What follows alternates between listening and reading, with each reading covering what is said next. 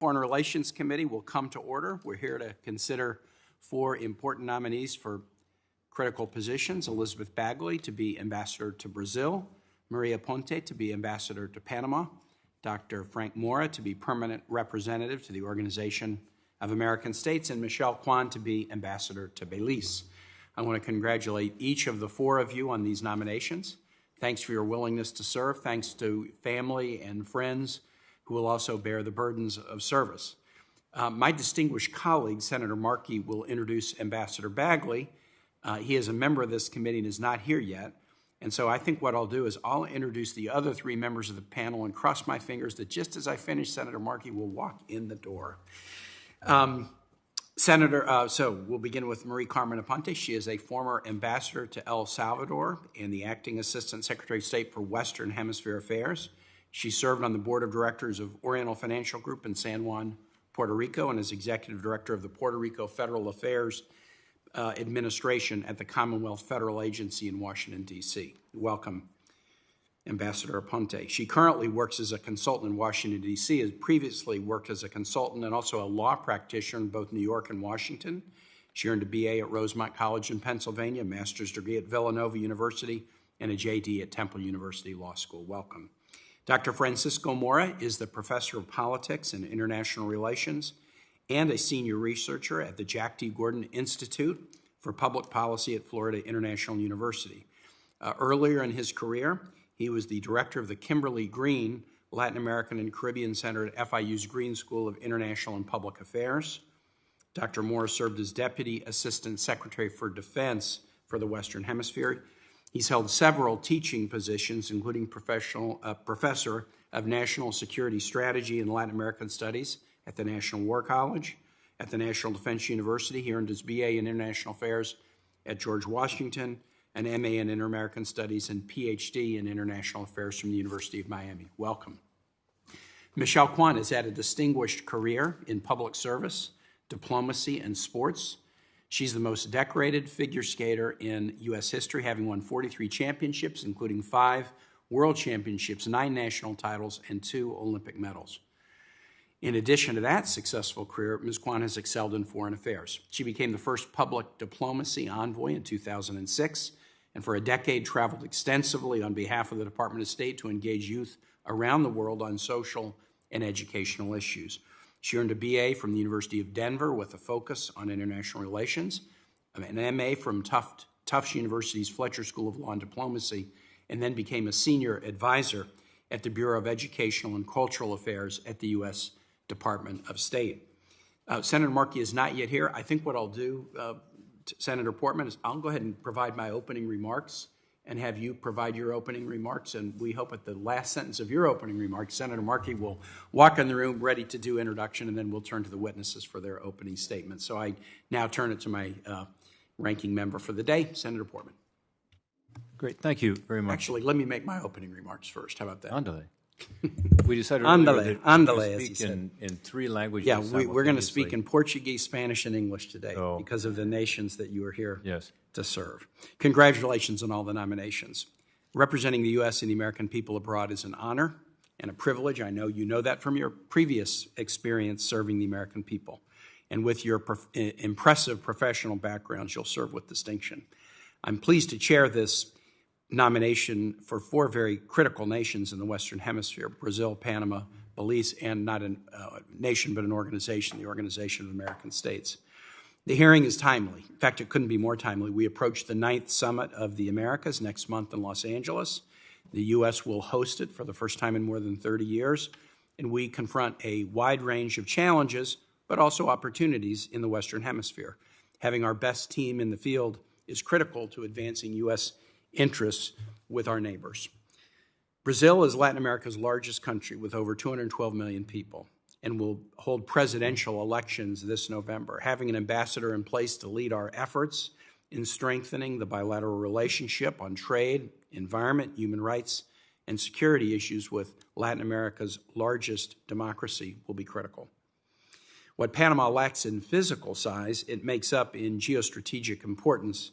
As a vital global trade hub connecting the Pacific and Atlantic Oceans, Panama is an important partner on trade, migration, counter-narcotics, and has also sought U.S. support for the Alliance for Development and Democracy. This alliance, together with Costa Rica and the Dominican Republic, is a welcome and important development. I hope the Biden administration will continue its support of the alliance.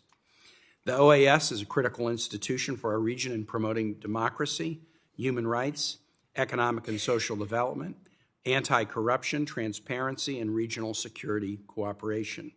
In March, I joined a bipartisan group of my colleagues from this committee and sent a letter to Secretary Blinken to support the efforts to revoke Russia's permanent observer status at the OAS, and I applaud the State Department for taking that step. The U.S. remains the largest contributor to the OAS, and having a confirmed permanent representative will advance our leadership in this important institution. Finally, Belize, with which the United States has a close relationship, in part due to a strong Belizean community in the United States, estimated at more than 85,000. A friendly relationship, though, does not mask some of the real challenges that the people of Belize have faced over the past several years: an economic downturn due to COVID, ensuing high levels of public debt, and like most nations in the region, the flow of migrants through the country. We can only help Belize effectively address these challenges with a confirmed ambassador in place. The United States has not had a confirmed ambassador in Belize for 5 years. The committee looks forward to hearing from each of you today, and I look forward to supporting your nominations. With that, I'll give it back to Senator Portman and ask him to make his opening statement. Thank you, Mr. Chairman, and thanks to all four of you for your willingness to step up and serve our country in capacities that some of you have done before. This is an important opportunity for us to hear from you. I have been asked to do this at the request of Tim Kaine, and I never say no to Tim Kaine. So we're happy to have this hearing and then hopefully move you along quickly to the floor of the Senate and for getting you in place in these countries who are in need of someone badly. Brazil, as we talked about Ambassador Bagley in our conversation, has so much potential and so much untapped potential. So that will be an interesting opportunity for you, having served in Portuguese. I'm sure your Portuguese is up to the task. COVID-19 has hit Brazil so hard and reversed a lot of the economic gains that they had made. It will be having elections, as you know, on October 2nd. My understanding is this will be intensely contested, and I'd like to hear what your priorities would be as Ambassador Brazil have confirmed. We have talked about some issues that relate to work in this committee, including the wildlife trafficking legislation we're trying to get passed and how it would be effective in Brazil, and we'd love to hear more from you about that today. Ambassador Aponte, after 40 years, Panama is a strong example of a country that has thrown off its authoritarian past and moved forward with democracy in an impressive way, but they still struggle on a number of fronts, including controlling corruption. And I hope that we can talk to you a little about that. In June 2019, the Financial Action Task Force added Panama to its gray list of countries with weak anti-money laundering provisions, as an example. Hopefully you can tell us how you would help with regard to that issue. Dr. Mora, in March, Senator Kaine and I signed a letter to Secretary Blinken urging him to work with like-minded countries to strip Russia of its observer status at the OAS. I was pleased to see the OAS finally take this step last month. What I said earlier, when Senator Kaine says something, people tend to do it, at least in this example.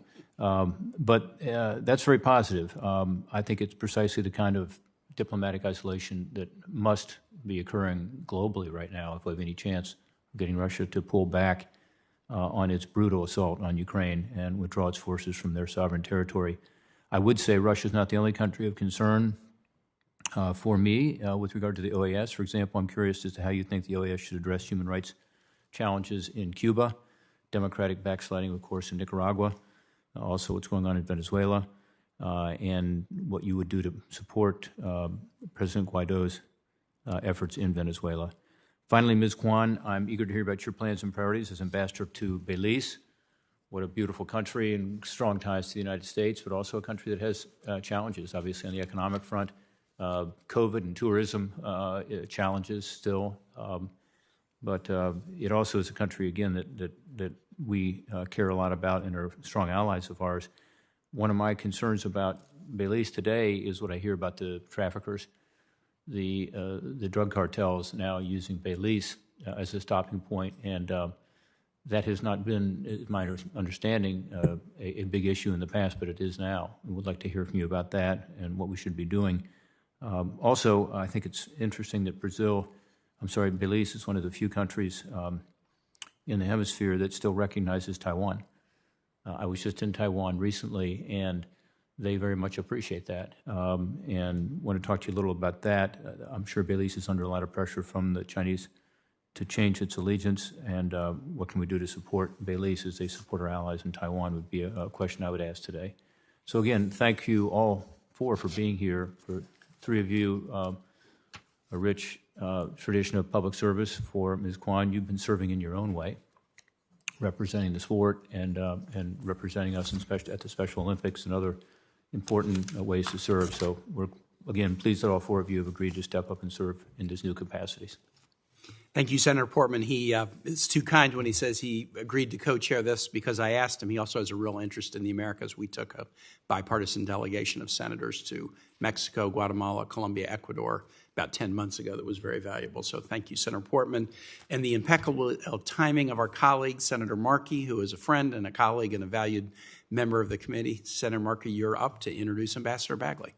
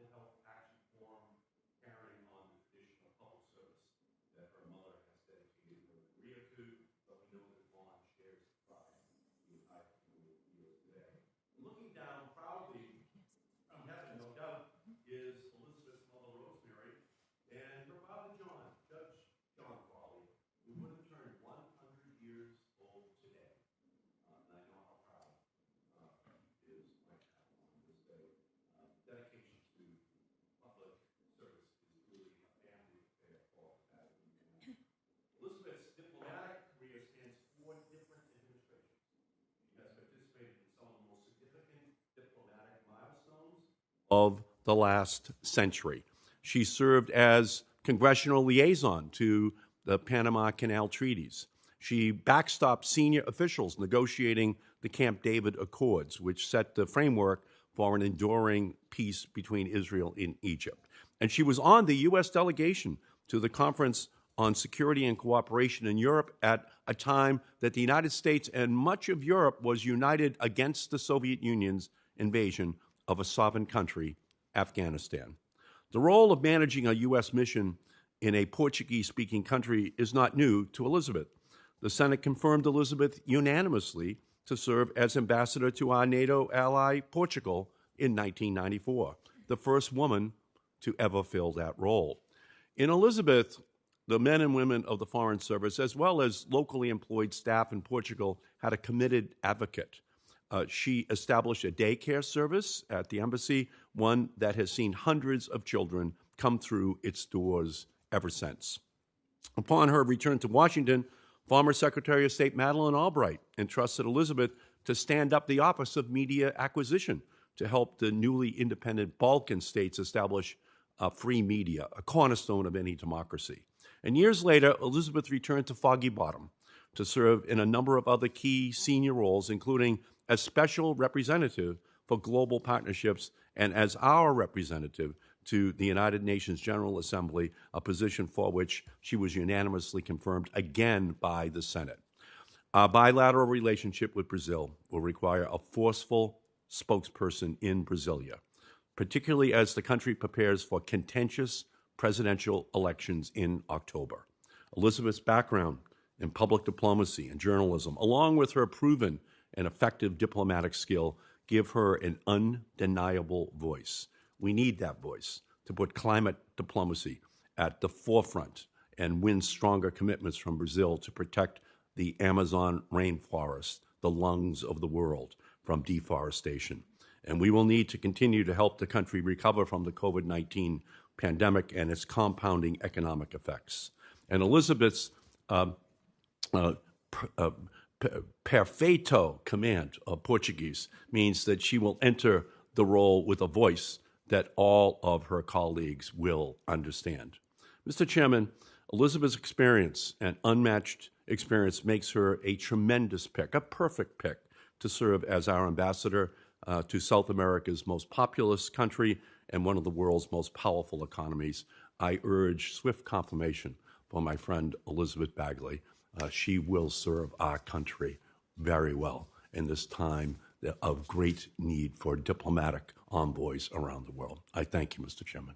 Thank you, Senator Markey. And we'll now have opening statements of the nominees, and we'll begin with Ambassador Bagley, then Ambassador Aponte, Dr. Mora, and Ms. Kwan.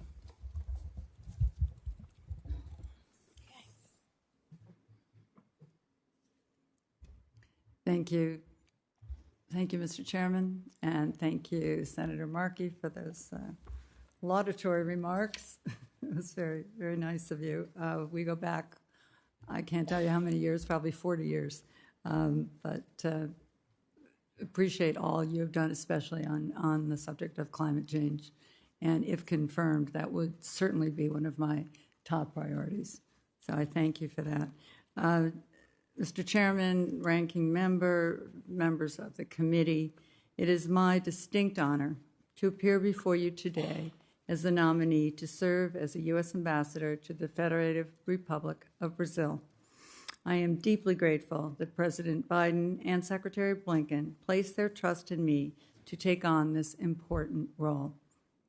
I want to thank my daughter Vaughn, who, as Senator Markey said, is at the White House as we speak, her husband Ben, who is here, my son Connor, for their love and unwavering support, my sister Ellen, the youngest of the 8 children. I'm number 2, she's number 8. She's also here with me. 28 years ago, in June of 1994, I came before this committee as President Clinton's nominee to be U.S. Ambassador to Portugal, and it was the highest privilege of my life to represent my country there. My children were then 4 years old and 10 months old, so we've all come a long way since then, and I know my beloved husband and parents are smiling down from above.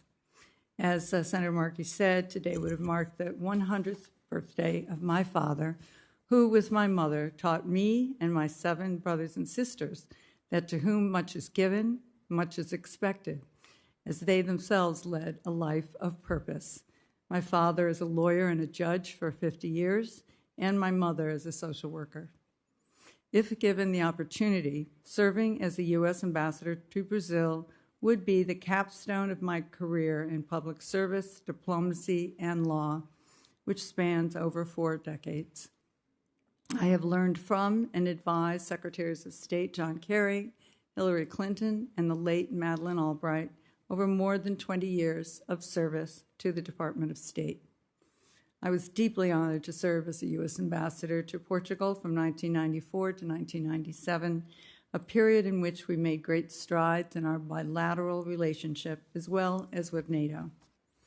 I'm cognizant of the importance of our deep and historic relationship with Brazil, which has the largest population, economy, territory, and military in Latin America. This year marks the 200th anniversary of Brazil's independence and of the United States becoming the first country to recognize Brazil. Today, we are building on our long history of cooperation to take on shared challenges and priorities. A country with strong democratic institutions, an open economy, and a regional and multilateral leadership role, Brazil is a strategic partner, and if confirmed, I plan to build on that partnership to further enhance our bilateral ties. If confirmed, my first priority would be to ensure the continued safety and security of the approximately 200,000 U.S. citizens who reside in or travel to Brazil each year.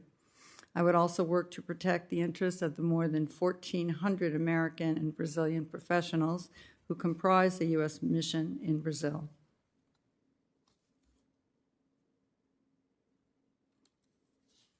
Our relationship with Brazil is grounded in shared commitments to democracy and human rights, economic prosperity, security, and the rule of law. The United States engages Brazil through the UN Security Council, the UN Human Rights Council, and many regular bilateral dialogues on a full range of issues, highlighted by the U.S.-Brazil high-level dialogue held in Brasilia on April 25th and co-chaired by Undersecretaries of State Nuland and Fernandez. If confirmed, I will work to further strengthen this wide-ranging dialogue. I also will affirm our confidence in Brazil's democratic institutions and electoral system and the importance of maintaining public trust in that system ahead of Brazil's October national elections.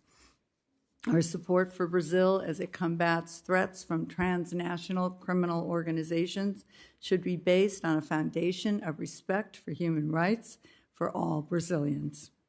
I will reinforce the U.S. commitment to strengthening democracy, human rights, and the rule of law in Brazil and throughout the Hemisphere. Our bilateral trade has rebounded from the pandemic, demonstrating the enormous potential of our commercial relationship. Brazil represents a vital market for a range of U.S. industries. We are Brazil's largest foreign investor and its second largest trading partner, and if confirmed, I intend to broaden these economic ties and expand our bilateral trade. The steps Brazil has taken to join and align with the Organization for Economic Cooperation and Development signal its commitment to sustainable economic growth and financial stability. Brazil is home to 30% of the world's tropical rainforests, including 60% of the Amazon, the largest and most biodiverse tropical rainforest in the world, and as Senator Markey said, the lungs of the world. If confirmed, one of my top priorities will be to encourage efforts to increase climate ambition, dramatically reduce deforestation, protect forest defenders, and prosecute environmental crimes and related acts of violence. Mr. Chairman, ranking member, committee members, if I am confirmed, it would be my honor to represent the people of the United States of America to the government and people of Brazil. I would look forward to collaborating with this committee and with your professional staff to further U.S. interests in Brazil. I thank you for the opportunity to appear before you today, and I welcome your questions. Thank you. Thank you, Ambassador Bagley. Ambassador Aponte. Good morning, Mr. Chairman and ranking members. I'm all members of the committee. I am accompanied this morning by my younger and only sister, who has been a bedrock of my support, Tere. And also with me, I am deeply honored to have Felix Rodriguez, who is an icon in the Cuban American community, not only because of his role in capturing Che Guevara, but also because of his steadfast support for democracy throughout the continent. So I'm very pleased to have them both with me. I also feel honored and grateful for the trust and confidence President Biden and Secretary Blinken placed in me by nominating me to serve as United States Ambassador to the Republic of Panama. It is an honor to appear before you for the second time after having served as Ambassador to El Salvador and Acting Assistant Secretary of State for the Western Hemisphere. I look forward to discussing my view of the bilateral relationship and how I will make it even more productive and dynamic if confirmed as Ambassador. The United States and Panama have a long history of partnership and collaboration to advance mutual goals. We remain Panama's largest trade partner and its #1 source of foreign direct investment. Panama's location and role in global trade due to the Panama Canal makes its success important to both U.S. prosperity and national security. Traffic to or from the United States represents nearly 70% of all canal transits. Panama's strategic location along major land and sea transit routes makes it critical in the interdiction of illicit drugs destined for the United States and a vital partner in addressing irregular migration. As a carbon-negative country, Panama has the potential to serve as an environmental model, not only for the region, but also for the world. While Panama and the United States have ample historical, cultural, and economic ties, challenges exist in the bilateral relationship.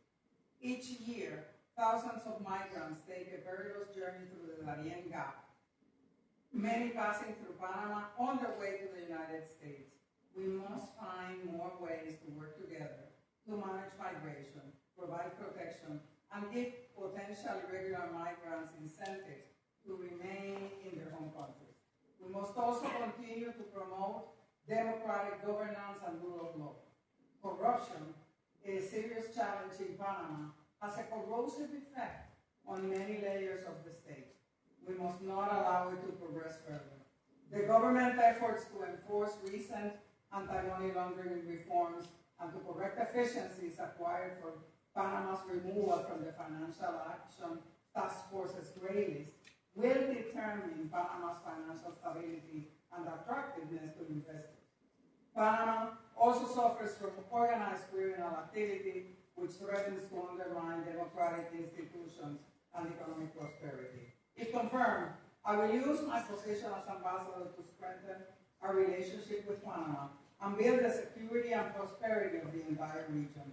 This includes our engagement with Panamanian government ministries, civil society, and the private sector to showcase our strong partnership and hedge against problematic PRC influence and activities. We need a stable, strong, and secure Panama, and Panama needs the United States as a friend, ally, and partner. Effective implementation of U.S. foreign policy in Panama requires a cohesive, diligent, and effective whole of U.S. government team, and we have an extraordinary interagency embassy team in Panama. The mission's efforts center on the strategic work of ensuring the United States remains a valued partner, collaboratively managing migration through the Darien, and the battle against corruption, which threatens the foundations of institutional democracy. Just as I did in El Salvador as U.S. ambassador there, I want to empower and listen to the embassy team to make the bilateral relationship stronger, more effective, and more dynamic. If confirmed, I will prioritize strengthening diversity and inclusion. I commit to ensuring our workplace remains a safe, fair, and just space for all. The challenges we face now more than ever call for strong, smart, and vibrant diplomacy. Panama can and should serve as a key player in confronting Central America's challenges. We will strengthen bilateral ties by reaching out to the complete spectrum of Panamanian society, not just to government leaders and the country's elite, but to community leaders, minority and women's groups, youth, and all facets of civil society. We're going to do this with Panama hand in hand so that together we can move forward stronger. If confirmed, I will lead our embassy team in Panama City with pride and dedication and look forward to keeping you appraised of our progress. I will prioritize protecting U.S. citizens in Panama while championing the interests of the United States in cooperation with our Panamanian friends. Thank you for the opportunity to appear before you, and I look forward to answering your questions. Thank you, Ambassador Aponte. Dr. Mora.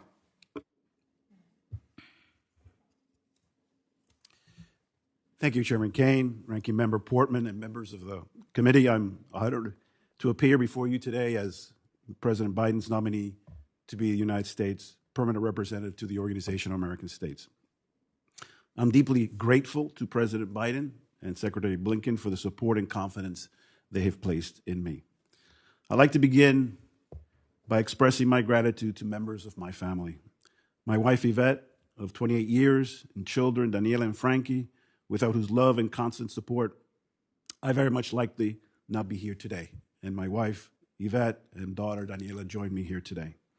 To my parents watching from home, Nivardo and Mirka, who recently celebrated their 60th wedding anniversary. Thank you for your unwavering love and support, for the many sacrifices you made after fleeing from communist Cuba, so that my brother Jorge and I could have the opportunity to fulfill our dreams and give back to a country that so generously provided for our family. The countries of the Western Hemisphere are facing unprecedented challenges, as this committee knows. The COVID-19 pandemic has wrought incalculable human and economic costs. The climate crisis threatens the health and well-being of the people of the Americas. Inequity, corruption, poor governance, public security challenges, irregular migration, democratic backsliding are limiting individuals' ability to build better futures in the region. The OAS, I believe, provides the only effective regional forum for coordinating multilaterally on issues that concern our hemisphere. From the climate crisis to supporting marginalized and vulnerable communities and championing democracy and human rights, the OAS can implement solutions more efficiently and effectively with regional political buy-in. The participation of the United States at the OAS reinforces our commitment to multilateralism as the most appropriate vehicle to address our shared governance and development challenges, to promote regional economic prosperity, to ensure the safety and security of our peoples, and to hold countries accountable for their treatment of citizens. The answer to so many of these challenges involves improving governments' ability to effectively provide for their people. I believe democracy is the best system for providing that governance, and if confirmed, I am committed to vigorously promoting democracy and human rights at the OAS, the premier regional forum to advocate for our cherished shared values. As we all know, democratic institutions and civil liberties are under attack throughout the hemisphere. We have witnessed backsliding in many countries and are deeply concerned about the systemic repression and lack of free and fair elections in Nicaragua and Venezuela. In Cuba, the Cuban regime continues to deny its citizens even basic freedoms, as we saw during the July 11th and November 15, 2021 protests, and the subsequent mass imprisonment of dissidents, human rights activists, and more recently, children, for insisting on the right to live in freedom. The OAS must respond in a concerted way to these massive abuses of human dignity. If confirmed, you can be sure that I will forcefully highlight the struggle of Cubans on the island in their fight for freedom and human rights. The Inter-American Democratic Charter remains a critical document at the OAS for the defense of democracy in the Americas. If confirmed, I will continue to be a strong advocate for the values and principles enshrined in this and in other guiding documents and institutions, such as the Inter-American Commission on Human Rights, which I will strongly support. One of my priorities as U.S. Ambassador, if confirmed, will be to continue to advocate for OAS reform consistent with the OAS Revitalization and Reform Act of 2013. It is essential this be a shared priority for each member state and the OAS leadership, as it is in our collective interest to ensure a strong OAS remains focused on its core competencies. I also want to assure that we will remain committed to advancing the objectives of the OAS Legislative Act of 2020. If confirmed, I also will work to support the United States leadership of the 9th Summit of the Americas and look forward to working with the OAS to implement our leaders' commitment at the summit that will be held in June in Los Angeles. In closing, I would like to underscore the critical importance of the OAS Permanent Council suspending Russia's permanent observer status over its war in Ukraine and gross violations of human rights. It has sent an important message from this hemisphere of our solidarity with the people of Ukraine. Mr. Chairman, Ranking Member Portman, and members of the committee, thank you for giving me the opportunity to appear before you today. If confirmed, I very much look forward to working closely with you and other members of the Congress to advance U.S. interests. I welcome your comments and look forward to answering your questions. Thank you. Dr. Mora, thank you very much. Finally, Ms. Kwan, welcome.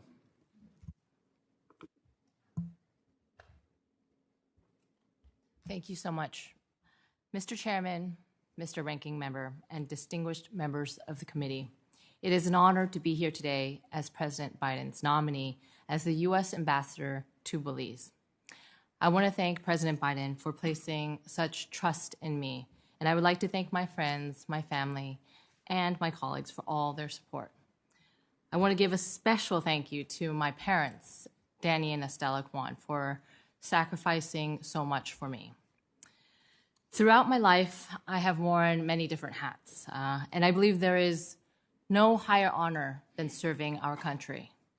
As an athlete, I was proud to win 5 world championships and 2 Olympic medals while representing the United States. I also served as a Special Olympics board member, an author, and a diplomat, having worked as a senior advisor and public diplomacy envoy with the Department of State. Service has always been a calling, and if confirmed, it will continue to be what guides me as I serve our country as the U.S. Ambassador to Belize. The United States and Belize share strong bilateral relations. Over 1 million tourists from the United States visit Belize annually, and approximately 30,000 U.S. citizens live in Belize, and more than 85,000 Belizeans live in the United States. The roots of both our government and people-to-people ties run deep. Belize is a vibrant democracy with a commitment to upholding shared democratic values. Its geostrategically important position bridges Central America and the Caribbean. Belize has challenges exacerbated by the ongoing pandemic. The economy shrank by about 16% in 2020, particularly hitting the tourism sector, Belize's lifeblood. The Belizean government works to manage the spread of COVID-19 effectively, and it has contained the spread of the virus better than most countries. Still, Belize has felt its crippling effects. We are working together to tackle this and other challenges. The United States has donated 228,150 doses of vaccine to Belize, provided $300,000 in COVID-19 assistance, and has assisted Belize with more than $4 million worth of COVID mitigation projects, together with Baylor University. Belize joined the United States on May 12th in co-hosting the second Global COVID-19 Summit as the CARICOM chair, demonstrating the government of Belize's success in managing the COVID-19 pandemic. And here's another example of working together.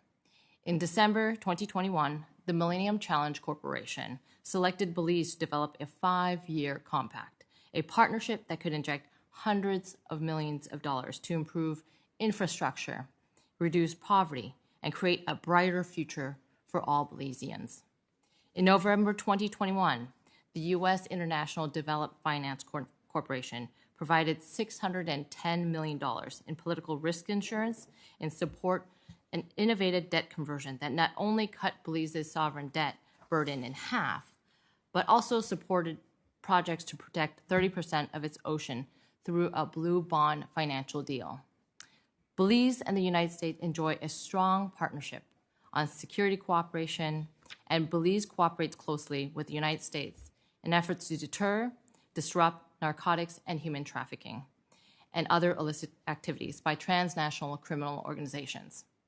The United States assists Belize through programs to improve border security, professionalize police, and strengthen the rule of law. If confirmed, I will work to continue and expand these efforts for the benefit of Belizean citizens and the many U.S. citizens who reside in and visit Belize. Building upon shared regional efforts to address migration, I will work to strengthen cooperation with Belize on humane migration management and protection.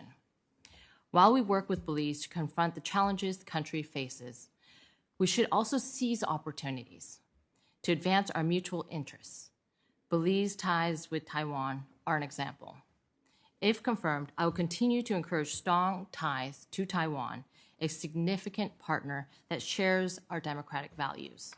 The United States and Belize also have mutual interest in bolstering its energy sector, which presents opportunities for U.S. investment that can benefit both our countries.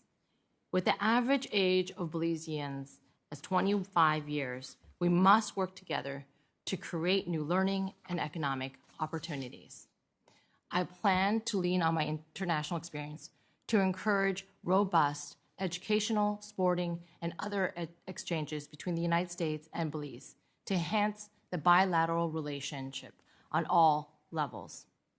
In conclusion, Mr. Chairman, Mr. Ranking Member, members of the committee, if confirmed, I will take my role as the ambassador with the same work ethic, persistence, and determination I have used to achieve results for my country.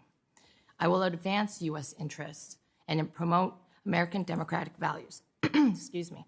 And I will be a strong champion of service to others while working to advance this important bilateral relationship. Thank you for the opportunity to appear here today.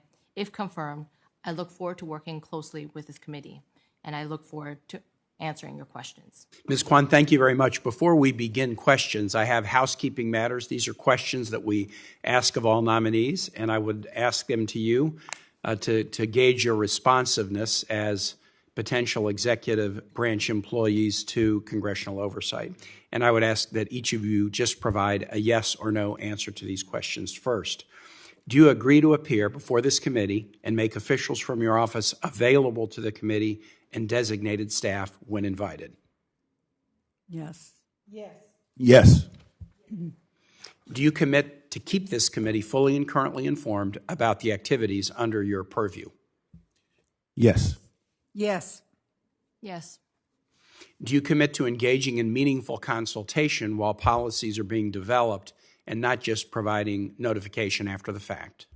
Yes. Yes. Yes. Yes.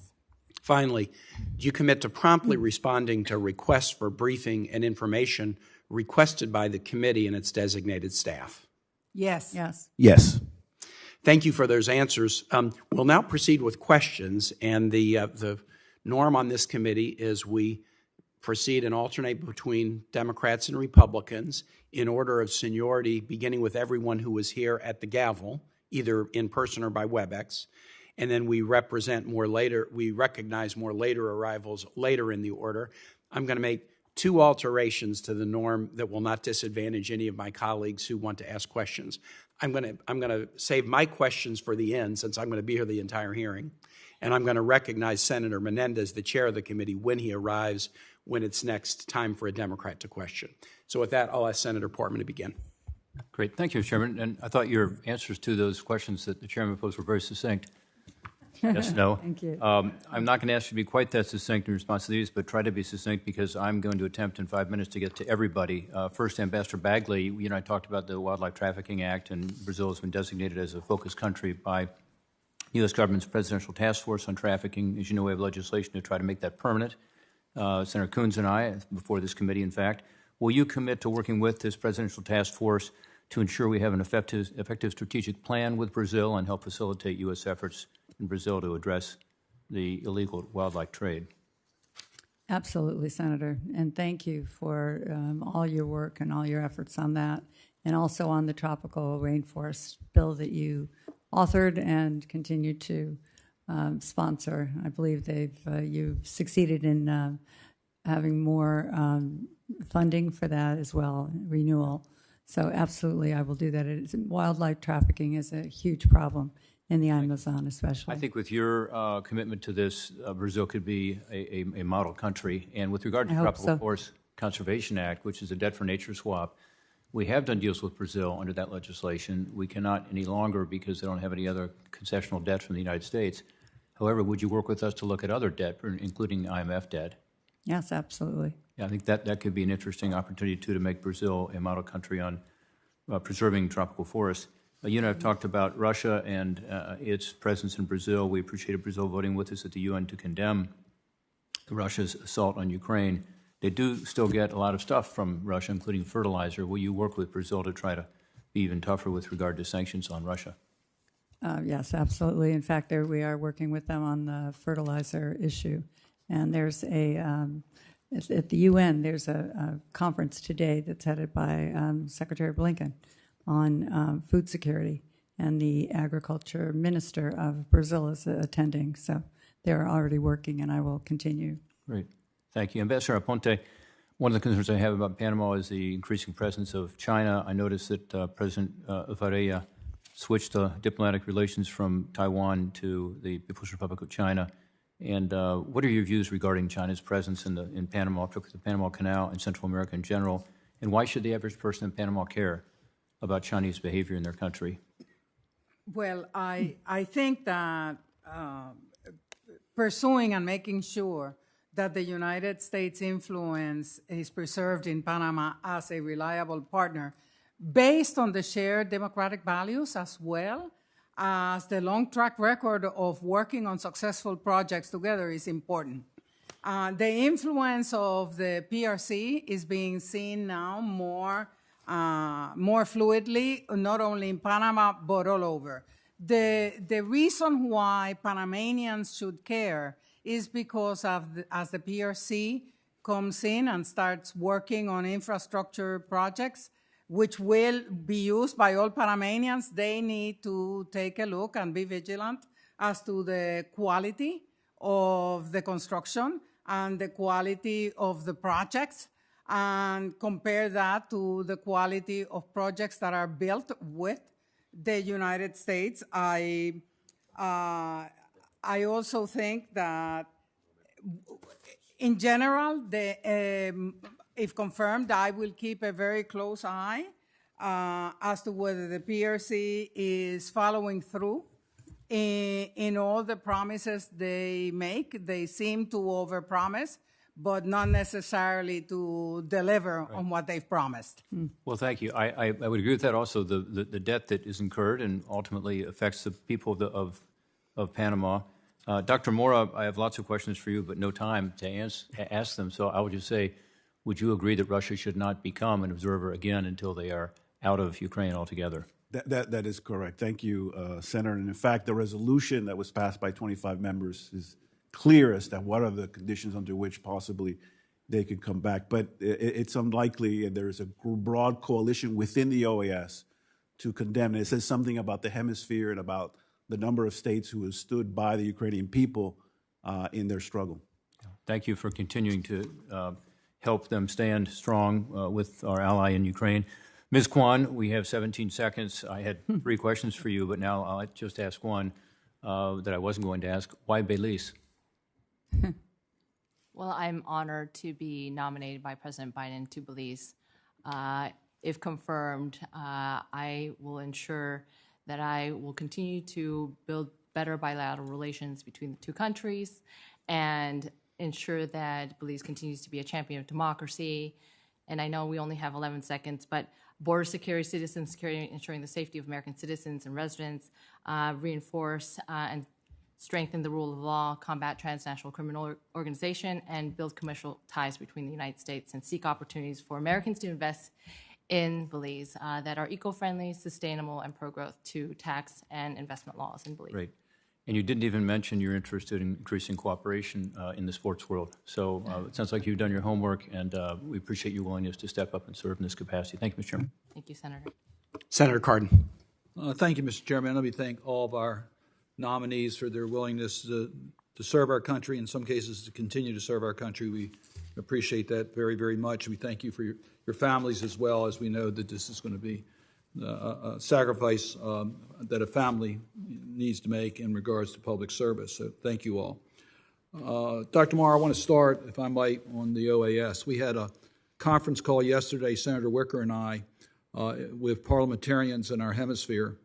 The Congress passed a little over a year ago legislation to have our mission institute a stronger parliamentary dimension within OAS, similar to what is in OSCE with the Parliamentary Assembly. Can you just tell me your views as to how you would attempt to implement the stronger parliamentary dimension within the OAS? So thank you, Senator, and I appreciate your interest and your leadership on this role. We had an opportunity to talk about it briefly. I know that the OAS mission and your staff and others have been working very hard to launch a meeting of legislators in the Western Hemisphere. I think, Senator, this is critical at a time, as I mentioned in my opening statement, of democratic backsliding, of lack of trust in democratic institutions. And I think this level of cooperation, coordination, and dialogue among legislators across the hemisphere is coming at a critical time in the region when democratic governance is being threatened. So I applaud your efforts and your initiative on this. I will make sure that, if confirmed, that the mission continues to work with your office and the office of other senators to enhance and deepen those kinds of ties between legislator and legislatures throughout the hemisphere. Thank you. Ms. Kwan, in Belize, there's one issue that really has me concerned on human rights, and that's trafficking. It's a destination country for trafficking, many because of the immigration issues. It's been on a Tier 2 list for a long period of time. Can you tell me how you will prioritize dealing with the trafficking challenges within that country?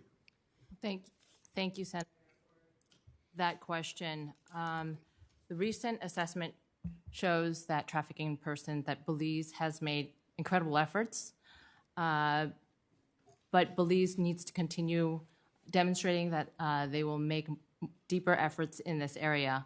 Belize has met only minimum standards, and Belize struggles with enforcement, investigation, and prosecution of crimes across the board.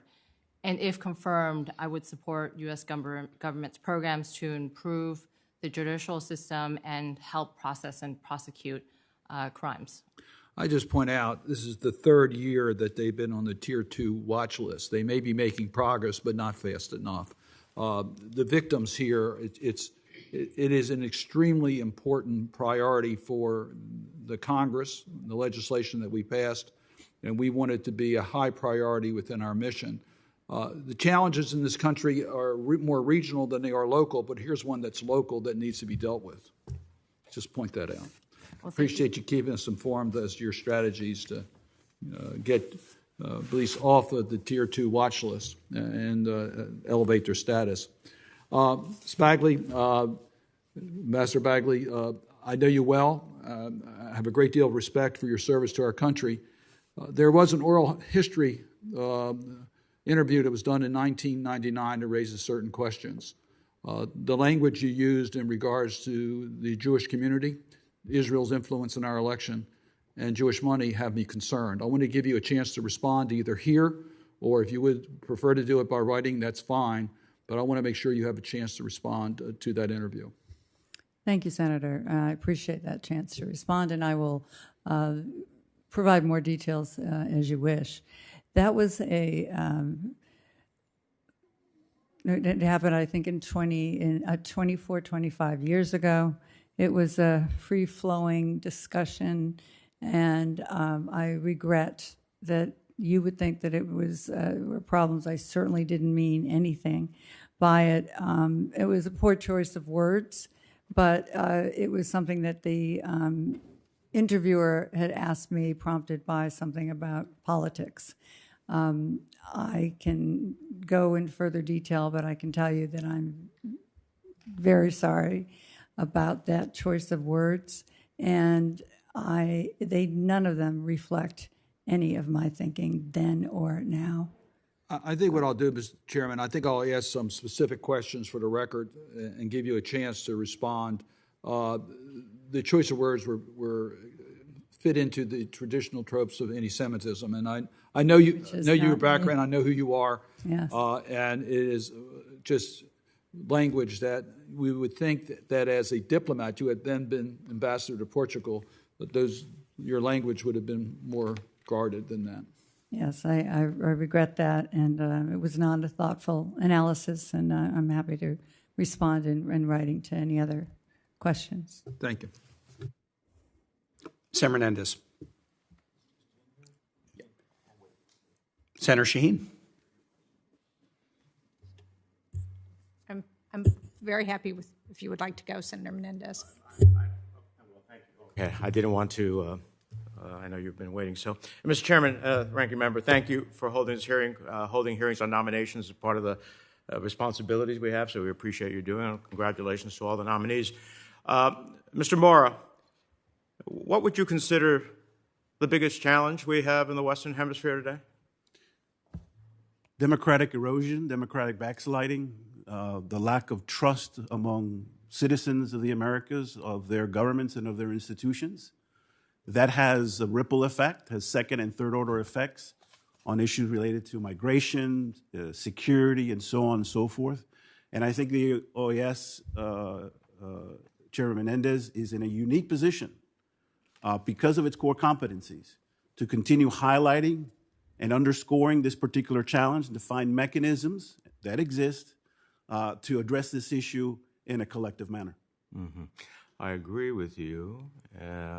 Probably more so than ever before. We have 3 now dictatorships in the Western Hemisphere, where we only had 1 in Cuba.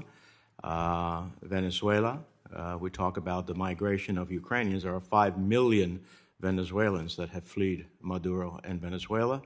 Of course, we have the longstanding dictatorship of Cuba, where we see a new group of Cubans fleeing the island through Nicaragua into attempting to come to the United States. And of course, the newest fermented dictatorship in Nicaragua with Ortega. And that's without talking about other backsliding in other parts of the hemisphere. So your work at the OAS is going to be very important. Ambassador Bagley, in that regard, I want to visit some of the comments that you have made in the past, because you're going to a country where democratic backsliding is a real concern as well, in Brazil, where we are concerned about its present leader trying to undermine the essence of the election process that is taking place. And it's one of those countries, along with Mexico, who are suggesting that we must insist on having dictatorships in the Western Hemisphere come to the Summit of the Americas, which I thought was a summit of democracies. I thought our alignment was an alignment of democracy, human rights, and the rule of law. So Brazil's an important place in this regard. In 1998, you made a series of remarks. You said there was, quote, no reason for Democrats to think that they could get the Cuban vote, but they still thought they could get money from them, and they did. It was also New Jersey, where they now say that the 55 Cuban population there is even more radical against Castro than the ones in Miami. The real hardliners are in Newark, New Jersey, which has the 2nd largest Cuban population in the United States. Again, it's not numbers, it's like the Jewish factor, it's money. So I guess I'm one of those hardliners, radicals who live in New Jersey, although you're wrong about Newark. It happens to be Union City in West New York. But explain to me what you meant by that. Is it a suggestion that one group of Americans don't have the right to engage in the political process as others do? No, Mr. Chairman, and I appreciate the opportunity to clarify that, as I did with the question about the Jewish. It was the same interview. It was, again, a poor choice of words. I'm very sorry that we ever had the interview. It didn't really make sense to do. It was an oral history, but it certainly does not reflect my views on Jewish Americans or Cuban Americans or anyone else. I absolutely strongly support the right of Jewish Americans, Cuban Americans, Irish Americans, all Americans to be part of the political process, to be politically active, to raise money, give money to those that they support, as I have done myself. So it was, again, a poor choice of words. And I did say, they say, because I had heard this from someone in New Jersey. That was the only thing. I did not have a particular President Trump view. is famous for saying, they say. Yeah, that's I don't know right, who the but they that's are, not me. but they say. I know. And so words, especially for those who are going to be ambassadors of the United States to other countries, are incredibly important, probably more significant than maybe in our individual daily lives, although I think they're always important. I don't know if Senator Cardin raised this, but You also said the Democrats always tend to go with the Jewish constituency on Israel and say stupid things. I'm a firm supporter of the State of Israel. I think it's an incredibly important relationship we have, the one democracy in a sea of autocracy, a major security ally of the United States, a significant trading partner of the United States. Do you believe that when Democrats talk to Jewish constituency, they are saying stupid things? Not at all, Senator. Again, it was a poor choice of words, but it does not reflect any of my thinking. What I said, and it was really referring to the discussion on whether Jerusalem should be, the capital of Israel, and that is something I worked on a number of initiatives, and one was the Camp David Accords. We negotiated for Palestinian autonomy, and one of the holy grail was Jerusalem, and the idea was that the concept, which has gone through all administrations until President Trump's administration, that we keep Jerusalem as part of the overall negotiations over the two-state solution. So that's that. It was, as I say, it was a stupid thing to say. It was, and I regret those comments, and they absolutely don't reflect my thinking on any of these issues or on Jewish Americans or Cuban Americans. I've worked with both politically. I've worked with from the NDI. I've been on the board for over 30 years. We have done democracy and human rights and trainings in Cuba. Just as you had at one period of time the right, and as any citizen had, to lobby to change our policy towards Cuba, Cuban Americans have the right to lobby and exercise their view of what our policy should be as well. Absolutely. I have some other questions, but I want to let Senator Shaheen. Absolutely. Thank you, Senator. I totally agree with that. Thank you, Senator Menendez. Senator Shaheen. Thank you, Mr. Chairman, and congratulations to each of our nominees this morning. Thank you for your service to the country and for your willingness to continue to serve. Ms. Kwan, I want to begin with you because Belize has a connection to New Hampshire. We have a former ambassador to Belize who is from New Hampshire, and so I've paid a little more attention to issues there than I might otherwise have. And one of the things that I'm very concerned about, in addition to the trafficking in persons that Senator Cardin raised, is drug trafficking issues. In New Hampshire, we have a significant challenge with an opioid epidemic and with illicit drugs coming into the state of New Hampshire. And many of those are coming from through Belize. And I wonder if you can talk about how we can better partner with Belize to stop the drug trafficking trade that is affecting the United States.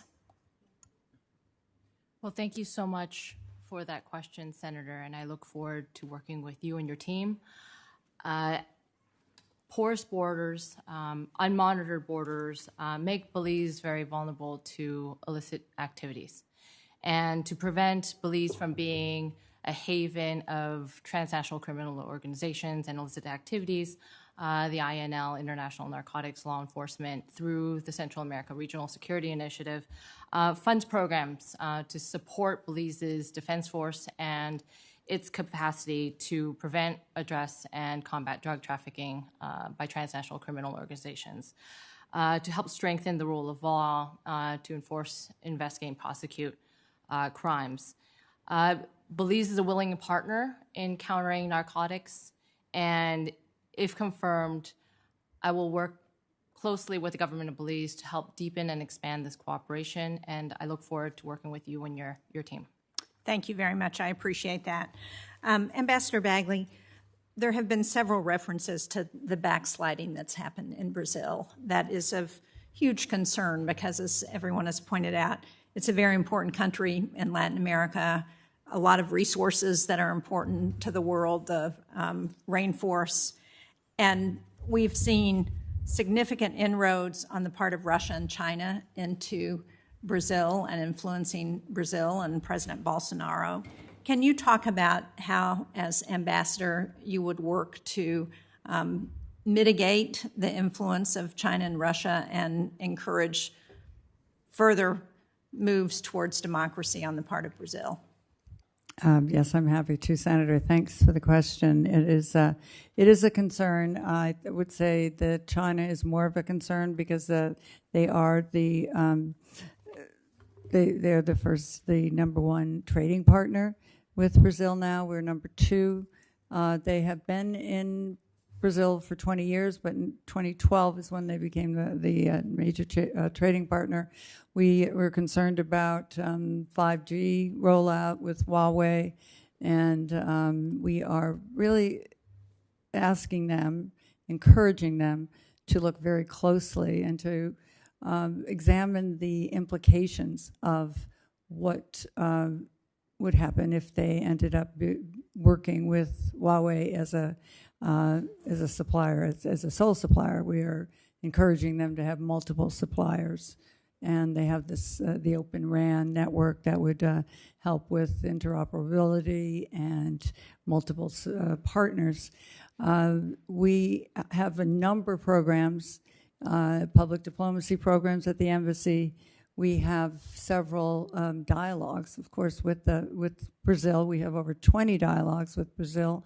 The most recent being the high-level dialogue that happened April 25th in Brasilia with two of our undersecretaries and their counterparts, and they raised that issue both of China, Russia to a lesser extent because there's not a lot of commercial interest at this point. There's a fertilizer issue, but as you know, it has not been part of the U.S. sanctions yet. But there is a dependence on Russian and bio fertilizers from Belarus and Russia, and that's something that hopefully will be discussed. I'm sure will be discussed at the UN conference today, and something that we will be working with Brazil on as well. Well, thank you very much. When confirmed, I hope you will stay focused on that issue because I think there's a real concern about the potential for influence on the part of China in particular. I'm out of time, but Dr. Mara, I do want to raise one issue that I think is really critical for the OAS, because one of the challenges that we've seen in Latin America has been the role of women and the rights of women that I think we would all like to see are reaffirmed. And I think the OAS has an important role to play there, and I would hope that you would take a very strong stand in encouraging the OAS to take a very strong position to support the rights of women, because there is a reason, again, I think it's important to remind people that we talk about an Office of Global Women's Issues and look at our foreign policy through a lens of how are women and girls treated, because what we know is that societies that empower women, that have rights for women and girls, tend to be more stable societies. They are more democratic societies in general. So I would really urge you to make that a focus of your work there. Thank you, Senator, for that question. Yes, absolutely. And the OAS, I should say, Senator, has done some good work on women's empowerment through the Commission on Women. I will focus my attention on that commission and the work that it's doing. As I said, it's doing some good work, but my sense is that it could do better. Thank you very much. Thank you, Mr. Chairman. Senator Schatz. Thank you, Mr. Chairman. Thank you all for being here. Ambassador Bagley, I want to talk to you about deforestation. The President signed at the last COP the Declaration on Forest and Land Use and set a goal for no global deforestation by the year 2030. That won't get done unless we solve commodity-driven deforestation. So just a quick primer, the Lacey Act covers forest products, right? We're not allowed to import stuff from the forest. Fine, that works reasonably well. I know the ranking member has worked very hard on additional Lacey Act enforcement and all the rest of it. But the truth is that most of the deforestation happening is for commodities. Beef is not a forest product, therefore not covered. Soy is not a forest product, therefore not covered. And so I'd like your thoughts on how we deal with the primary driver, right, which is PRC demand for Brazilian forest product, United States demand for Brazilian, not forest product, but commodities that are derived from clear cutting or lighting the rainforest on fire. What do we do about this? Thank you for the question, Senator. I think legislation is really important. There was a big article in the Washington Post exactly about this, and kind of blaming the United States for eating so much beef, that we would, contribute to this problem. We certainly, as ambassador, I would certainly be working with the government of Brazil. We are now. They have committed at COP26 to ending deforestation by 2025, which is quite an ambitious goal, and one that they have not really yet taken steps to fulfill. They've also committed to ending greenhouse gas emissions completely by 2050. So it's something that we have been working with them on, encouraging them to take more steps. This would be part of it as well. They did sign a global methane pledge also, which goes to your question. So I do think that there is, and a forest pledge, Glasgow leaders on forests that they signed at Glasgow. So I think legislation would be really important, but it also, along with legislation, we have a responsibility as diplomats. I will have a responsibility, if confirmed, to work with the government to encourage them. We have a number of agencies that are involved. USAID is very involved with public-private partnerships. The business community, especially the United States business community, is very charged with this. So there are a lot of things that we could do. Couple of thoughts. First of all, I'm glad you mentioned legislation. I have legislation. Good. It creates a framework it's called the Forest Act. It creates a framework for the federal government to stop commodity-driven illegal deforestation around the world. And so, yes, we need legislation, but we also need to, because commitments are commitments, and I'm almost worried. Look, 2050 is so far out into the future that nobody can be held accountable for any progress, because 2050, you can always draw a line and say, well, starting in the mid-2030s, we're going to make a ton of progress.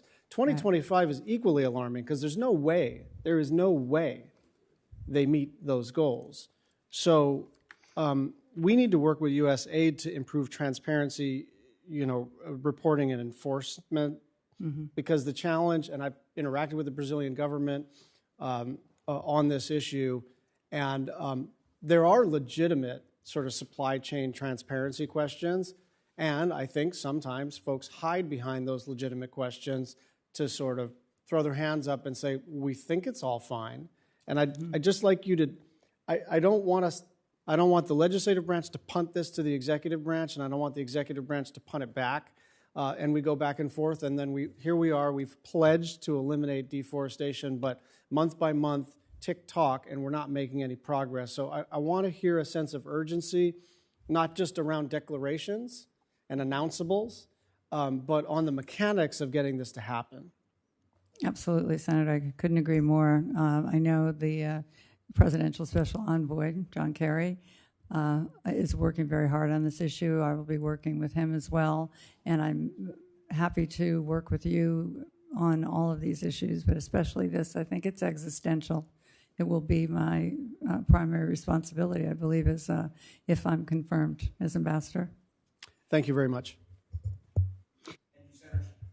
Thank you, Senator Schatz. I'll now start with questions. Ambassador Bagley, we're friends, and I just want to follow up on the questions that Senator Menendez and Senator Cardin asked. The interview surprised me. I've known you for a while, and surprised me too. You treat people very fairly, and I've seen you treat people in all circumstances very fairly. And I sort of read it, and it reminded me of something that one of my campaign managers once told me: be more careful in a friendly interview than a hostile one. Because in a hostile one, you're prepped for hostile questions, but when you're in a setting that's a friendly setting, you sometimes go with the questioner's lead. And I got to tell you, the transcript, whoever was questioning you was really asking you pretty outrageous questions. And if you read the whole transcript, sometimes you would sort of go along with the premise, but sometimes you would push back on the premise. The opening question. Again, for an interview with an ambassador, this was the question. I would think one of the big things of any campaign would be the Israeli influence. That was not your question. That's what you were asked, and that's almost insulting. I mean, Jewish Americans get involved in campaigns like all Americans do, but the Israeli government doesn't, push candidates around. I've been on 10 ballots, and I've never had the Israeli government push me on anything. But with a questioner who was probably a friendly interviewer starting the question that way, I can kind of see why you go down that path. You also pushed back. Here's another question that was outrageous. I would think raising money, without trying to sound fascist almost, but a lot of the free money floating around for good causes or political causes is Jewish money. Did you find that the candidates had to act in a certain way, or you as a fundraiser had to say certain things? And here was your answer: not really. It was more the effect of the primaries, of the politics, not the money. So you were basically saying, no, Jewish Americans, like all Americans, have policy interests, and you want to appeal to constituencies. It wasn't about money. It was about trying to appeal to constituencies based on issues that matter to them. That's an entirely appropriate answer. I will say the transcript kind of, goes a little bit all over the board, but you had a leading questioner. I would have been objecting, it had been in court, leading the witness, Your Honor. And sometimes you would go with the premise of the question, sometimes you wouldn't. But I feel a high degree of confidence in your fairness in that interview from 24 years ago. I think if you put it in context, there's some troubling pieces of it, but I think I get what was going on. And you had somebody in a friendly interview who was trying to lead you. Let me ask you this. I am puzzled by Bolsonaro's attraction to Putin, the visit to Russia shortly before the Ukraine invasion, the fact that they're not willing to call it out for what it is. I know that there's an election going on. He declared solidarity with Russia. In the OAS, Brazil has repeatedly stand on votes regarding Russia's invasion of the Ukraine. Now, you've had to deliver both friendly messages, but also some maybe unfriendly messages when you were an ambassador before. Should you be confirmed, how would you deal with Brazil, particularly on this issue of, not being willing to call out Putin for what he is and what he's doing? Well, I would be very direct with them, because I think a lot of Bolsonaro's statements belie what his diplomats, what his government is doing. Foreign Minister França has actually been very, very moderate. Treasury Secretary Minister is Guedes, who is also very moderate, and they have actually been very good in terms of the UN votes. They are, as you know, part of the Security Council now for the next 2 years as non-permanent members. They have voted twice against the invasion of Ukraine by Russia, and once in the General Assembly. There was one vote that they abstained because they felt, for procedural reasons, that there should be more of an investigation. This is on the expelling Russia from the UN Human Rights Council, so they abstained on that.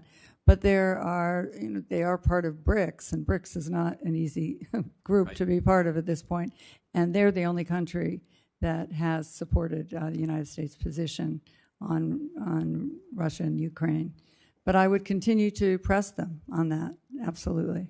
Thank you very much. Ambassador Aponte, tell me your assessment of this Alliance for Development in Democracy. The foreign ministers of the three nations, Panama, Costa Rica, Dominican Republic, met recently with Senators Risch, Menendez, Rubio, and me to talk about what they're trying to do, to kind of have a little bit more mass together than they might individually, to stand strong for democracy in a region where there is backsliding in democracy, assess the opportunities of the alliance and how the U.S. could work together with the alliance to amplify their effect. Senator, I'm so glad you brought that up, because as Senator Menendez alluded in his comments, there is a troika of Nicaragua and Cuba and Venezuela, but this is the good news. The troika of Costa Rica, Panama, and Dominican Republic, who have joined forces to address the issue of not only of democracy, but strengthening institutions and improving trade relations. And it's a step in the right direction. It's very exciting and a great opportunity for the United States to work with them. And it also provides them a platform to talk to us at another level. Thank you very much for that. Dr. Moore, I want to ask you this. Why are member states of the OAS, including close U.S. partners, often so reluctant to take stronger stands against democratic backsliding, particularly with respect to Venezuela and Nicaragua? And what could you do, should you be confirmed, that might help inject some spine? Thank you for that question, Chairman. There are several reasons or explanations for that. But let me start by saying that reality that you just explained is unfortunate, because all members subscribed and signed on to the Inter-American Democratic Charter, right? And the charter enshrines the values, the principles, the practices of what free democratic societies should function, and how and why they should protect individuals or citizens' human rights. And I would argue that the citizens of Nicaragua, citizens of Venezuela, Cuba, deserve the right, freedoms, dignity that every other citizen in the Americas. And so it is important, and if confirmed, I will insist that we go back and remember what we subscribe or what we signed up to in that democratic. We have to be consistent with the values and principles that are embodied in that document. And I think, frankly, the OAS has done a good job with respect to to Nicaragua, to Venezuela. There's a series of resolutions, important resolutions, that condemn and have taken very strong actions. And that, I think, the OAS needs to be applauded. Unfortunately, that's not true of Cuba.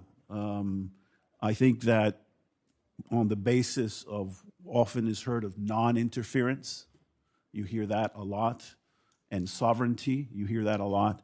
That's the explanation given, for example, which was very unfortunate, Senator Kane, when after the July protest in Cuba, there was an opportunity for the Inter-American Commission on Human Rights to come before the Permanent Council to make its assessment of what had occurred on the island in light of the protest and the brutal repression on the part of the dictatorship. Unfortunately, some member states said no, and that was very unfortunate because, as I said, the Inter-American Democratic Charter just doesn't apply to Nicaragua and Venezuela and the rest. It applies to Cuba as well, and as the first article of the Charter states, every citizen of the Americas has a right to live in democracy and to have their human rights respected, and every government has an obligation to defend and promote democracy and human rights. And that applies to every state. Thank you, Dr. Moore. I'm going to recognize Senator Haggerty for a first round of questions, and then we'll go to a second round of questions. And Ms. Kwan, don't worry, I have questions for you. So you're not getting off easy. Senator Haggerty. Light is not functioning. Does that work now? Okay, thank you. Ambassador Bagley, I'd like to start with you, if I might, and particularly to talk with you about the 5G infrastructure of Brazil. I have a feeling that you will feel the same way as me, but I want to ask you directly if you feel that the United States should press our allies to keep Huawei and other similarly situated national champion CCP-affiliated companies out of our telecommunications infrastructure. I'd like to hear your thoughts. Thank you, Senator. We've already discussed that, and that's exactly what I said. Yeah. We worry about Huawei being the sole supplier. We are really encouraging them to look with eyes open at the repercussions of that on privacy grounds, on grounds of national security, on grounds of debt sustainability, interoperability. So there are all those issues that would come into play if it were just Huawei. So we are really working very hard with them, and if I am confirmed, I will work even harder to make sure that they if they have Huawei at all, that they have multiple suppliers. Yes, I would say this. During my time serving as ambassador to Japan, I worked very closely with the government of Japan to ensure that their network became clean. In fact, We put in place something called a Clean Network Initiative. I've spoken with a number of your colleagues at the State Department about this. It's an initiative that Brazil, I think, has actually supported the principles contained in the Clean Network Initiative. And it talks about safe, transparent, and compatible environment and telecommunications and infrastructure that's compatible with our democratic values and our fundamental freedoms. And again, I think that Huawei is taking, and when I say Huawei, I mean that ilk of company is taking a posture very different from that. Unfortunately, in March of this year, Huawei has signed an agreement with TIM Brazil to develop a 5G city in Brazil. And it's deeply troubling, particularly when we think about the broader national security implications that you and I have discussed. And I look forward to working with you, and I look forward to your leadership, if you're confirmed, to continue to work hard to push back against this with the government of Brazil. Absolutely. Thank you, Senator. Definitely. Thank you very much. Next, if I might, Ambassador Aponte, I'd like to turn with you to talk about some concerns I have, again, regarding China and their activity regarding the Panama Canal. The Panama Canal is arguably one of the most important geostrategic locations for the United States. It annually registers nearly 14,000 transits. That's a value equal to 6% of all global trade. The United States remains the top user of the canal. In 2019, 66% of the cargo traffic transiting the canal either began or ended its journey at a U.S. port. Despite the importance of the Panama Canal to the United States national security and our economic security, the trends that I see in Panama are deeply concerning. In 2016, then President Carlos Varela severed diplomatic ties with Taiwan to recognize China. Mm-hmm. Since then, Chinese companies have been heavily involved in infrastructure-related contracts both in and around the canal. They're involved in Panama's logistics, their electricity, construction sectors, all part of China's One Belt, One Road initiative. In 2020, the U.S. Southern Command expressed concern that China's investment in numerous deepwater ports and infrastructure on both sides of the Panama Canal could enable the Chinese military to threaten sea lanes vital to global commerce and to the movement of U.S. forces. So, Ambassador Aponte, if you're confirmed to this new position, what's your assessment of the increasing Chinese involvement in the Panama Canal region? Thank you very much. I'm glad you brought up the issue of the Chinese influence around the canal.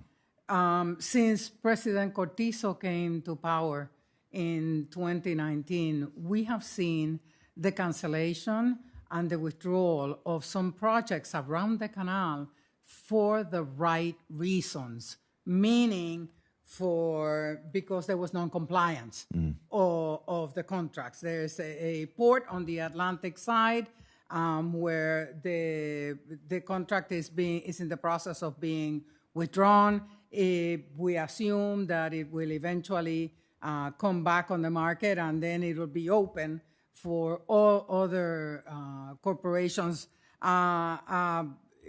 to bid on it. But that's just one of them. There's also on natural gas, there was a withdrawal of a contract to the Shanghai Electric Power, and it went to the AES. So we have seen some progress, and what is really exciting to see is that it's being done because there's non-compliance. If you don't comply with the terms of the contract, you're out.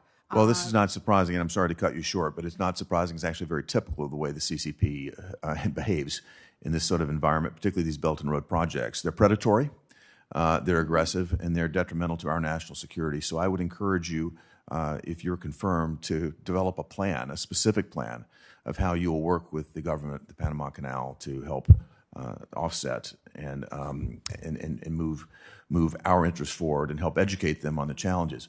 I've seen this happen in other countries. I worked very closely in my previous position to deal with China's predatory behavior in the Subic Bay, for example, in the Philippines when I was serving in that region. We need to be alert at every level, and I encourage you to undertake this with utmost haste. Thank you, Senator. Thank you, Mr. Chair. For a second round of questions, Senator Menendez. Thank you, Mr. Chairman. I just want to conclude with Ambassador Bagley, and I got a gist of your questions. And yes, a questioner can be leading, but I assume as a U.S. ambassador, we don't necessarily follow the leading questions. We answer them as in conformance with U.S. policy. Would that be a fair statement, Ambassador? Yes, Senator. It wasn't an interview per se. It was an oral history. It was actually a so-called friend of mine who asked me to do it, and it was one of these very free-flowing conversations that I was supposed to approve later, as was the State Department. I don't really understand how it became in the public, but again, it was.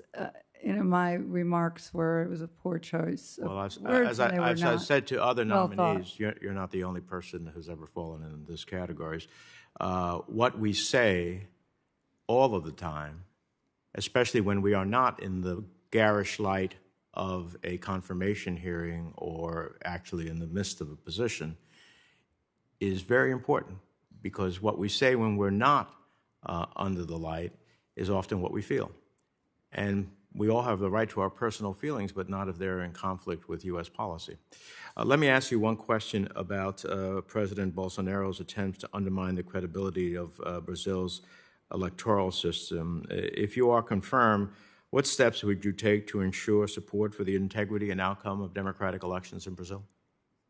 Thank you, Senator, for the question, Mr. Chairman. Bolsonaro has said a lot of things, but basically, Brazil has been a democracy. They have democratic institutions. They have a democratic electoral system. They have an independent judiciary, an independent legislature.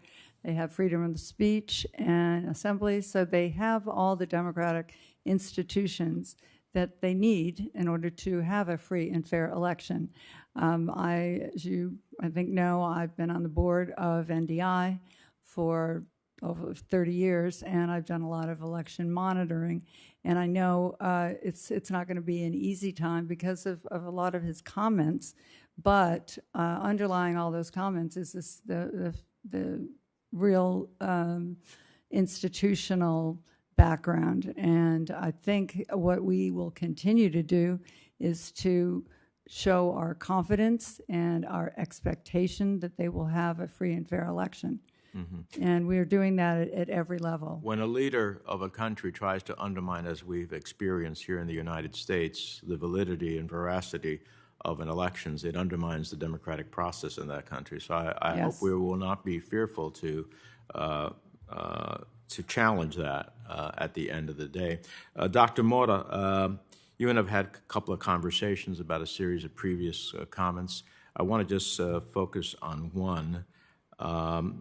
During a 2019 conference call with the Council on Foreign Relations, you discussed U.S. sanctions on Cuba and stated, quote, "The United States continues with those sanctions even though there's no evidence of effectiveness.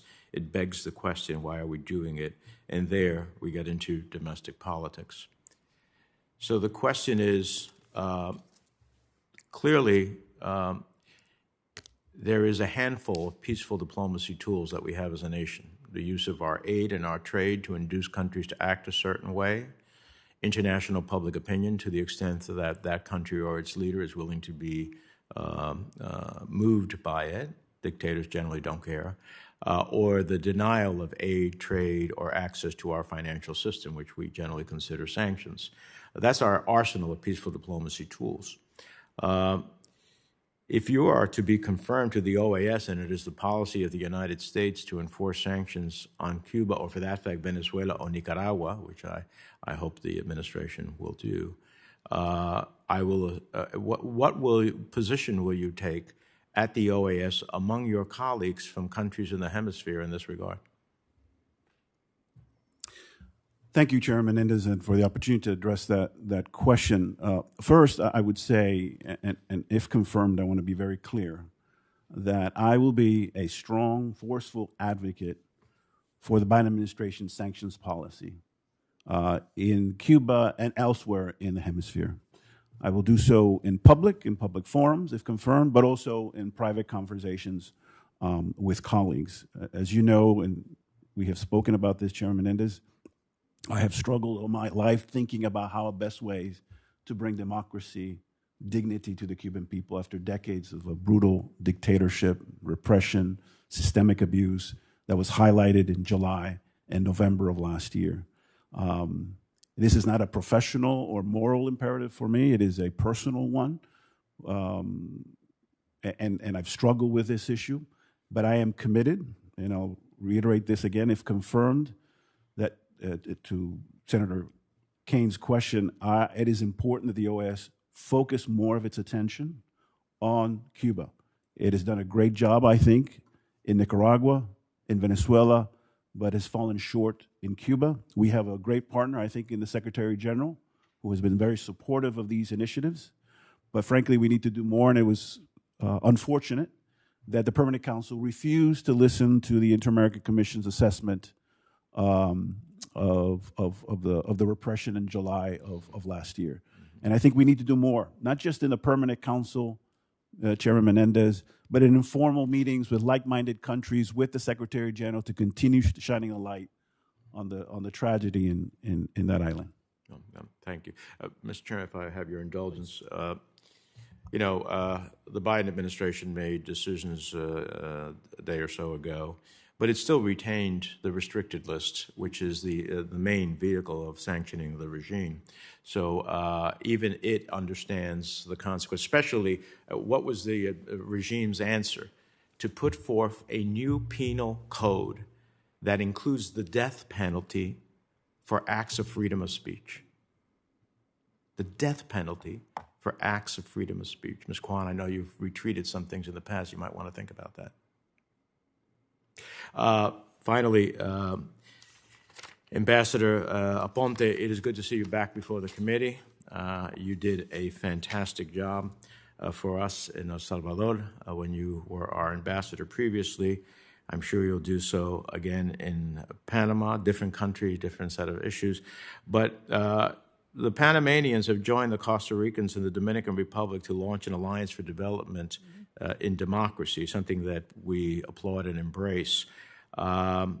These kind of regional activities are rare and, in my view, worthy of U.S. attention and support. What steps will you take to strengthen the U.S. partnership with the Alliance for Democracy and Development in order to catalyze economic development and encourage alternatives to Chinese investments? Senator Hagerty was correctly pointing out the challenge that we have with China in the hemisphere and the region.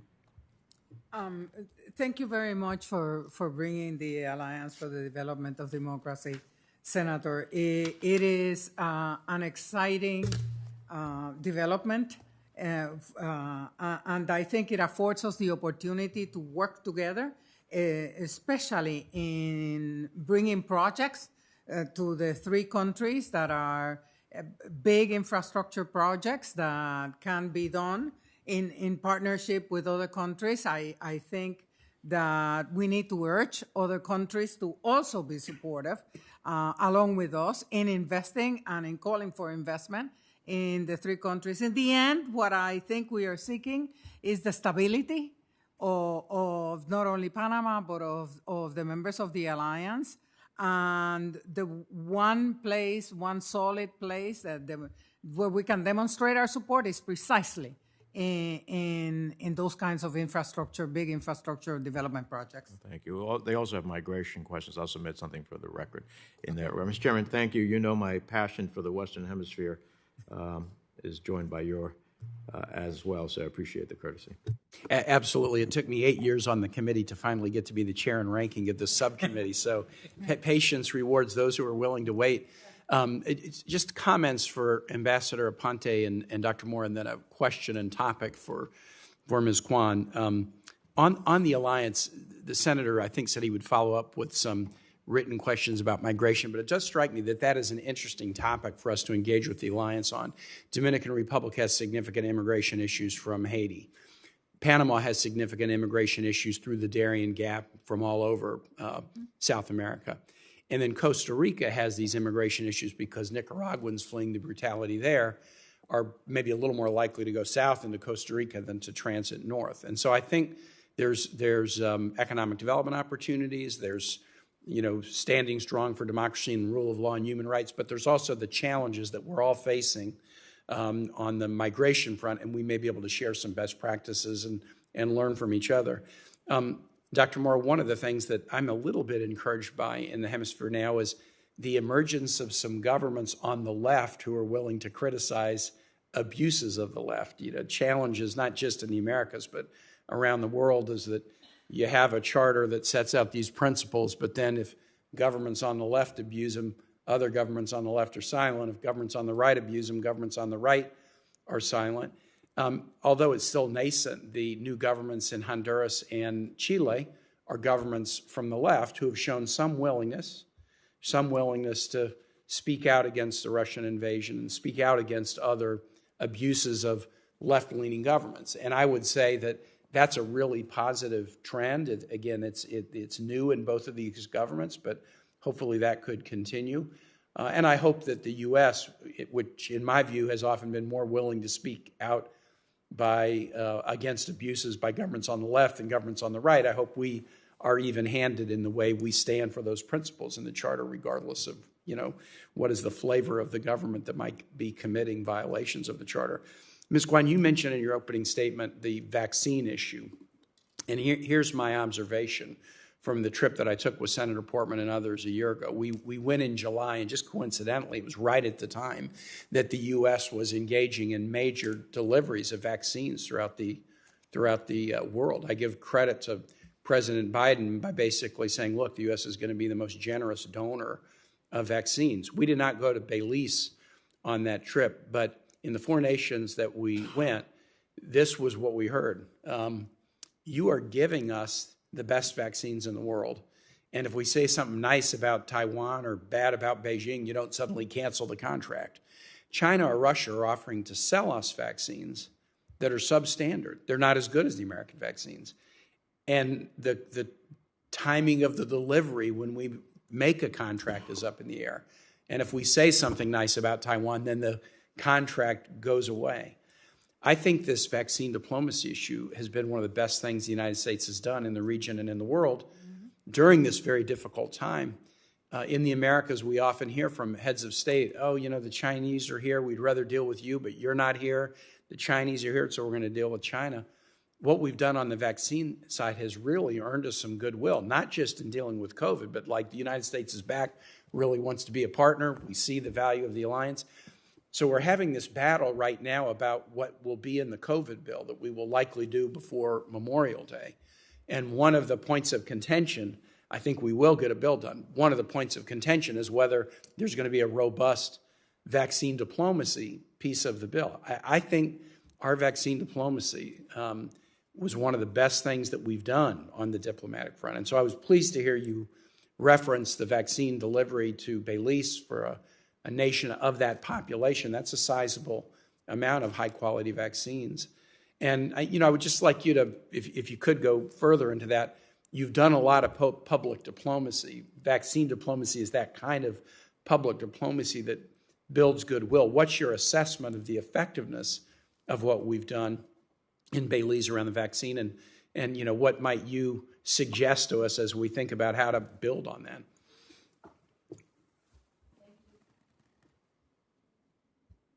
Thank you so much for the opportunity to answer that question. In 2021, as I mentioned, there was 228,150 vaccines donated. If confirmed, as you mentioned, diplomacy would be a major priority for me, as well as health security. 50% of the population in Belize is fully vaccinated.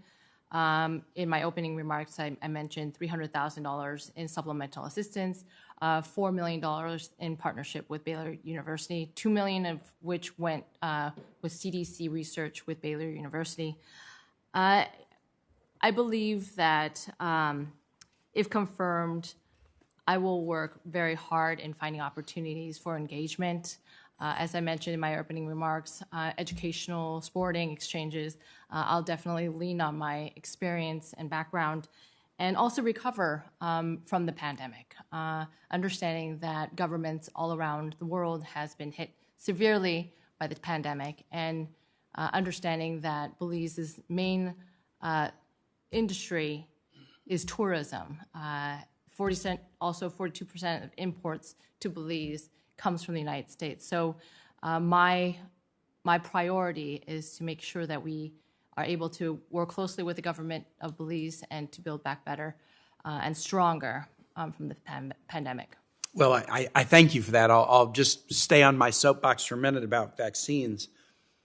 8% of the vaccines, this was the last measure I saw, it could have been slightly changed, but 8% of the vaccines that the U.S. delivered to other nations were delivered to Latin America, Central Mexico, Central South America, and the Caribbean. And that region has 8% of the world's population, but has had 30% of the world's deaths to COVID. I don't think we allocated the vaccines correctly. I think we, just as we do in our own country, we should be allocating vaccines to areas of great risk. There's also a geopolitical reality about trying to be maybe a little more forward-leaning on distributing vaccines in the Americas, and that's the migration and travel and family connections between, U.S. citizens and those living in Mexico, Central, South America, and the Caribbean are so close that leaning forward into delivery of vaccines in this region will have a disproportionately positive effect on health here at home. So, and this is something that the chairman and I are really strongly believers in. We wrote a letter early before the vaccines really started to roll out, saying that there are a whole series of reasons why prioritization of vaccine delivery in the Americas makes a lot of sense for our own public health and also for the needs of that population. So the work's on our shoulders, I think, to try to come up with a COVID bill that will continue what has been a positive diplomatic coup for us, really, in terms of this vaccine delivery of high-quality vaccines. And I hope we'll do it, but I just wanted to take advantage of your recognizing that as an important aspect of the relationship, particularly in the last year plus. Thank you all for your willingness to serve, for your service before you got to the committee, for going through the hearing. I'm going to ask that the hearing record remain open until 5 o'clock on Friday, 2 days from now, so that if members, either who were here or who were not able to attend, want to submit questions in writing, they can do that by 5 o'clock Friday, May 20. If those questions are submitted, I would encourage all of you to provide answers promptly and thoroughly as quickly as you can, and that will expedite then the ability of the committee to take up your nominations. The hearing is adjourned.